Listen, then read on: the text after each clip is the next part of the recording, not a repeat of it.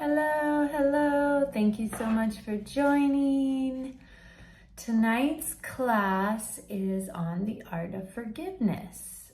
And as you all have known, if you've been following my classes up until now, we have been, creating awareness towards so many different things, awareness towards our emotions, towards our thoughts, awareness of our body, what's going on in our body, awareness of breath.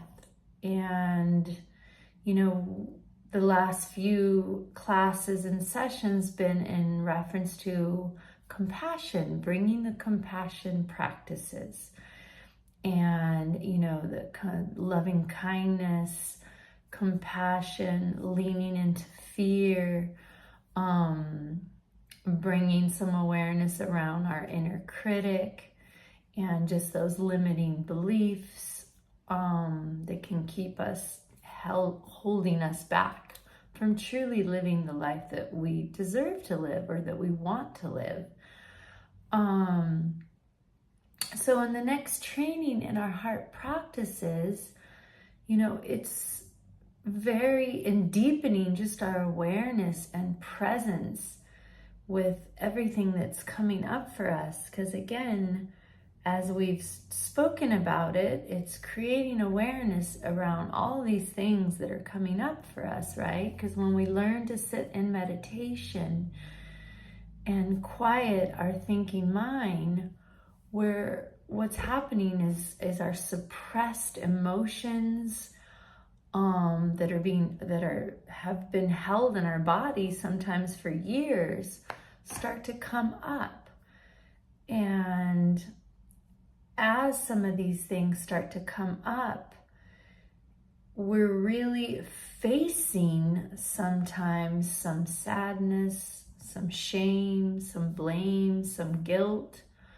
So up until now, which I've spoken to already in reference to creating awareness towards everything that's coming up for us, or just awareness of our thought patterns, of our emotions. But the biggest, hugest, and I've said this so many times, but obviously I'm going to say it again, is that compassion, right? Because those are the two wings of mindfulness, right? The first one is recognizing what's here. Like right now, I'm recognizing, again, as usual, I have a little bit of a racing heart. So I recognize that my racing heart's here. It's probably because I'm recording. And holding myself with compassion and letting it be okay that there's a part of myself that is nervous to say something wrong or that I might not be good enough on film, right? So again, recognizing what's here and bringing that loving kindness, that compassion towards what's here. And allowing it to be just as it is, not trying to change it or fix it, right? And I'm not going to go into that because I've spoken a lot about how we are constantly just wanting to run away from discomfort or cling to the things that just feel so good, right? But that's a whole different talk, and I'll put the link for you to check out that on one of my other talks and meditations. But in really deepening our practice with the compassion, with loving kindness, forgiveness is a huge part of it, right? Because it's like, sometimes it's difficult to hold ourselves in kindness because we have, shame coming up, guilt, pain, regret, so many things that may be coming up. And, a lot of times we can have these things coming up from things that have happened, little things that we have done maybe to harm ourselves or to harm others. And as they come up, really being able to forgive ourselves and hold ourselves with compassion, because we've essentially done whatever it was that we've done, knowingly or unknowingly, whatever harm that we've caused to ourselves or others, we have always just done the best we could with what we knew. Or in the present moment, right? I'm doing the best I can right now, filming this with what I know in the present, right? So again, and that goes to the past of anything that we've ever done. We're always doing the best we can, right? So, not only is it just building in the spirit of self-compassion, it's really a critical part in the element of developing well-being and wisdom that grows in this training. And the wisdom from this training is learning the art of forgiveness. So tonight's forgiveness is of self, right? And because essentially, without forgiveness, we are chained to the past, right? Whole nations get caught in cycles for generations of not forgiving, right? Not forgiving the other side, and then carrying this suffering for years, hundreds of years sometimes, and just carrying all that suffering. And then we do it with ourselves. I've done it with myself so much, and I'm sure you have as well. We're all human. There's been so many years that I held so much self-hatred towards myself for some things. And there's some things that I've done in the past where I didn't forgive myself for many years. And what happens is we're carrying that suffering, right? So our heart is not light. We're chained to the past. And, so it's very important for us to be able to face this forgiveness of self, just knowing that whether we harmed ourselves or others, knowingly or unknowingly, that we deserve to be forgiven, right? No matter what it was that we've done, whether it's small or big, we deserve to be forgiven. I truly believe we are all just souls living this human experience, and we are going to make mistakes, so many of them, right?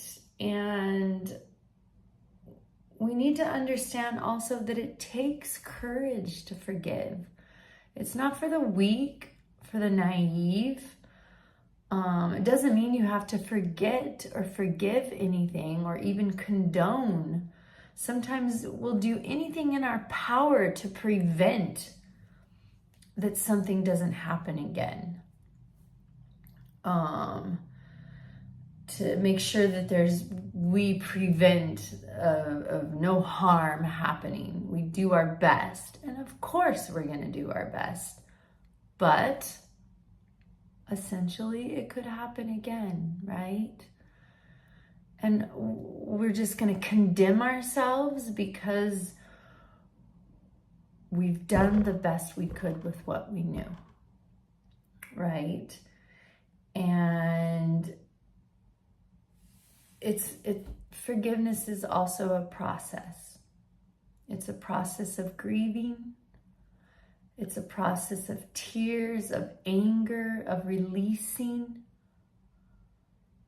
And sometimes we have to release and cry and grieve over and over and over again until we feel lighter.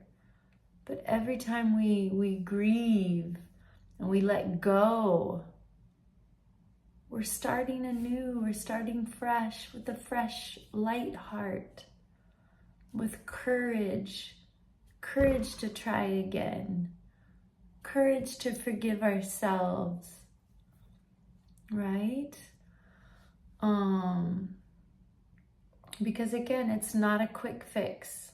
Nothing's a quick fix. It doesn't happen overnight.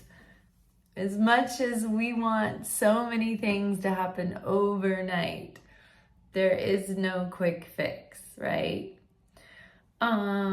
So with that being said, it's just creating this space of loving kindness, of forgiveness towards ourselves whenever we have this judgment or criticism or guilt or regret, harsh voices, and whoever we're not forgiving, whether it's ourselves or others, especially if we're not forgiving somebody else, we're the one that's trapped in the prison, not the other person. So whether we're trying to forgive someone for something they've done to us, or whether we're trying to forgive ourselves for what we've done to someone, what we are doing is condemning ourselves to a prison of being trapped to the past, chained to the past.